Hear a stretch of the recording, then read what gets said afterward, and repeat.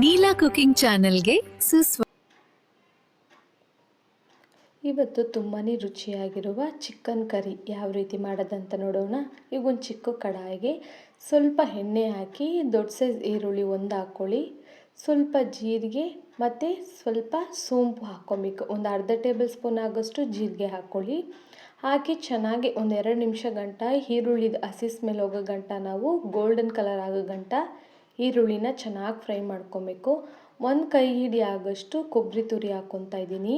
ಈ ಥರ ಫ್ರೈ ಮಾಡಿ ನಾವು ಚಿಕನ್ ಕರಿ ಮಾಡೋದ್ರಿಂದ ಬಹಳ ರುಚಿನೂ ಇರುತ್ತೆ, ಸಾರು ಬಂದು ಗ್ರೇವಿ ತಿಕ್ನೆಸ್ ಆಗು ಇರುತ್ತೆ. ಚೆನ್ನಾಗಿ ಮಿಕ್ಸ್ ಮಾಡ್ಕೊಂಡು ಆಗಿದ ತಕ್ಷಣ ಚಕ್ಕೆ ಲವಂಗ ಹಾಕ್ಕೊಳ್ಳಿ. ನಿಮ್ಮ ಹತ್ರ ಚಕ್ಕೆ ಲವಂಗ ಇಲ್ಲಾಂದರೆ ಗರಂ ಮಸಾಲನೂ ಅರ್ಧ ಟೇಬಲ್ ಸ್ಪೂನ್ ಹಾಕ್ಕೊಬೋದು. ಚೆನ್ನಾಗಿ ಒಂದು 2-3 ನಿಮಿಷ ಗಂಟ ಫ್ರೈ ಮಾಡಿ ಆ ಮಸಾಲೆನ ರುಬ್ಕೊಳ್ಳಿ ಪೇಸ್ಟ್ ಥರ. ಇವಾಗ ಒಂದು ಕುಕ್ಕರಿಗೆ ಸ್ವಲ್ಪ ಎಣ್ಣೆ ಹಾಕ್ಕೊಳ್ಳಿ. ಇದು ಬಂದು ಚಿಕನ್ನ ಫ್ರೈ ಮಾಡಿ ಮಸಾಲೆ ಎಲ್ಲ ಹಾಕ್ಕೊಬೇಕು. ಆದ್ದರಿಂದ ಒಂದು ಚಿಕ್ಕ ಸೈಜ್ ಈರುಳ್ಳಿನ ಚಿಕ್ಕದಾಗಿ ಕಟ್ ಮಾಡಿ ಎಣ್ಣೆ ಕಾದಿದ ತಕ್ಷಣ ಹಾಕಿ ಸ್ವಲ್ಪ ಕರಿಬೇವು ಹಾಕ್ಕೊಂಬಿಟ್ಟು ಈರುಳ್ಳಿ ಬಂದು ಚೆನ್ನಾಗಿ ಗೋಲ್ಡನ್ ಕಲರ್ ಆಗೋ ಥರ ನಾವು ಈರುಳ್ಳಿನ ಇಲ್ಲಿ ಫ್ರೈ ಮಾಡ್ಕೊಬೇಕು. ನಾನು ತೋರಿಸ್ಕೊಡ್ತಾ ಇರೋದು 1 kg ಚಿಕನ್ಗೆ ಎಷ್ಟು ಕ್ವಾಂಟಿಟಿ ಏನೇನು ಹಾಕಬೇಕಂತ. ನೀವು ಎಷ್ಟು ಮಾಡ್ತೀರೋ ಅಷ್ಟು ಡಿಪೆಂಡ್ ಮೇಲೆ ಸ್ಪೈಸಸ್ಗಳು ಹಾಕ್ಕೊಳ್ಳಿ. 1 ಟೇಬಲ್ ಸ್ಪೂನ್ ಆಗೋಷ್ಟು ಶುಂಠಿ ಬೆಳ್ಳುಳ್ಳಿ ಪೇಸ್ಟ್ ಹಾಕಿ ಲೋ ಫ್ಲೇಮಲ್ಲಿ ಚೆನ್ನಾಗಿ 1 ನಿಮಿಷ ಗಂಟ ನಾನು ಫ್ರೈ ಮಾಡ್ಕೊತಾ ಇದ್ದೀನಿ. ಒಂದು ಹಸಿಮೆಣಸಿನ್ಕಾಯಿ, ಒಂದು ದೊಡ್ಡ ಸೈಜ್ ಟೊಮೆಟೊ, ಒಂದು 2 ಟೊಮೆಟೊ ಹಾಕ್ಕೊಳ್ಳಿ. 2 ಟೊಮೆಟೊ ಹಾಕಿ ಸ್ವಲ್ಪ ಉಪ್ಪು ಹಾಕಿ ಚೆನ್ನಾಗಿ ಟೊಮೆಟೊ ಮ್ಯಾಶ್ ಆಗೋ ಗಂಟ ನಾವಿಲ್ಲಿ ಫ್ರೈ ಮಾಡ್ಕೊಬೇಕು. ನೋಡಿ, ಉಪ್ಪು ಹಾಕಿ ಫ್ರೈ ಮಾಡ್ಕೊತಾ ಇದ್ದೀನಿ. ಆವಾಗಲೇ ಹುರಿದಿಕ್ಕಿರೋ ಎಲ್ಲ ಮಸಾಲೆನೂ ಬಂದು ತಣ್ಣಕ್ಕಾಗಿದೆ. ಇವಾಗ ಮಿಕ್ಸಿಗೆ ಹಾಕಿ ನೀವು ಪೇಸ್ಟ್ ಥರ ನೀರು ಹಾಕಿ ರುಬ್ಕೊಬೇಕು. ನಿಮಗೆ ತರಿ ಬೇಕಂದ್ರೂ ಪರವಾಗಿಲ್ಲ, ಇಲ್ಲ ಫುಲ್ ಪೇಸ್ಟ್ ಥರ ಇದ್ರೂ ನೀವು ಮಸಾಲೆನ ರುಬ್ಕೊಬೋದು. ನೋಡಿರಿ, ಟೊಮೆಟೊ ಆಲ್ಮೋಸ್ಟ್ 80% ಚೆನ್ನಾಗಿ ಮ್ಯಾಶ್ ಆಗಿ ಬೆಂದಿದೆ. ಇವಾಗ ತೊಳೆದಿಕೊಂಡಿರೋ ಚಿಕನ್ನ ಹಾಕ್ಕೊತಾ ಇದ್ದೀನಿ. ಚಿಕನ್ನಲ್ಲಿ ನೀರು ಜಾಸ್ತಿ ಬಿಡೋದ್ರಿಂದ ನೀವು ನೀರೇನಿಲ್ಲ ಹಾಕೋದು ಬೇಡ. ಚೆನ್ನಾಗಿ ಚಿಕನ್ನ ಒಂದು 50% ಗಂಟ ನಾವು ಎಣ್ಣೆಲೇ ಚಿಕನ್ನ ಫ್ರೈ ಮಾಡ್ಕೊಬೇಕು.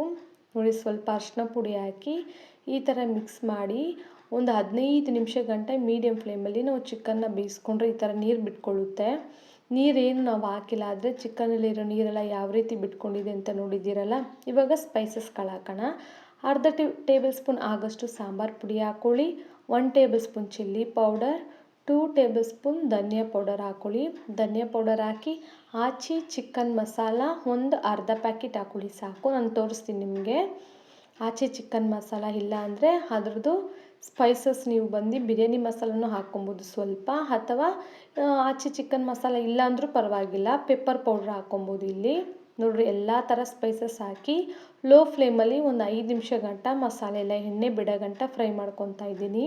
ನೋಡಿ, ಚೆನ್ನಾಗಿ ಇವಾಗ ಮಸಾಲೆ ಸ್ಪೈಸಸ್ ಎಣ್ಣೆ ಬಿಟ್ಕೊಂಡಿದ್ದೆ.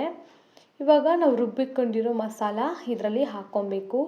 ಕೊಬ್ಬರಿ, ಚಕ್ಕೆ, ಲವಂಗ, ಸೋಂಪು, ಜೀರಿಗೆ, ಕೊಬ್ಬರಿ ಹಾಕಿ ಈರುಳ್ಳಿ ಹಾಕಿ ಚೆನ್ನಾಗಿ ನಾವು ಫ್ರೈ ಮಾಡಿದ್ದೀವಲ್ಲ, ಆ ಸ್ಪೈಸಸ್ನ ಇದರೊಳಗೆ ಹಾಕ್ಕೊಬೇಕು. ನೋಡಿರಿ, ಮಸಾಲೆ ಯಾವ ಥರ ಸ್ಮೂತಾಗಿ ಪೇಸ್ಟ್ ಥರ ರುಬ್ಬಿದ್ದೀವಿ ಅಂತ.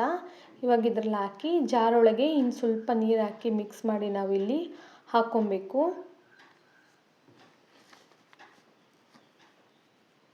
ನೋಡಿ, ಈ ಥರ ತಿರುವು ಕೊಟ್ಬಿಟ್ಟು ಒಂದು 2-3 ನಿಮಿಷ ಗಂಟ ನಾವು ಮಸಾಲೆನ ಬೇಯಿಸ್ಕೊಬೇಕು.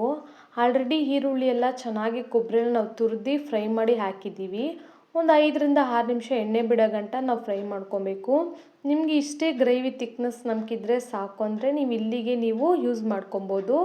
ಇಲ್ಲ, ಅಥವಾ ಇನ್ನೂ ನಮ್ಮ ಮನೇಲಿ 4-5 ಜನ ತಿನ್ನಬೇಕು ಅಂತ ನೀವು ಇದು ಮಾಡೋಂಗಿದ್ರೆ ಇನ್ನು ಸ್ವಲ್ಪ ನೀರು ಹಾಕಿ 10 ನಿಮಿಷ ಕುದಿಸಿದ್ರೆ ಸರಿ.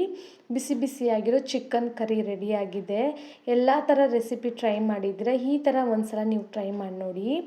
ನೋಡಿರಿ, ಯಾವ ಥರ 10-15 ನಿಮಿಷ ಆದಮೇಲೆ ಎಣ್ಣೆ ಬಿಟ್ಕೊಂಡು ಯಾವ ಥರ ಬಂದಿದೆ ಅಂತ. ಈ ಥರ ಎಣ್ಣೆ ಬಿಟ್ಕೊಂಡಿದ್ದ ತಕ್ಷಣ ಗ್ಯಾಸ್ ಆಫ್ ಮಾಡಿ. ಇವಾಗ ಸರ್ವ್ ಮಾಡ್ತೀನಿ, ಯಾವ ರೀತಿ ಬಂದಿದೆ ಅಂತ ನೋಡೋಣ.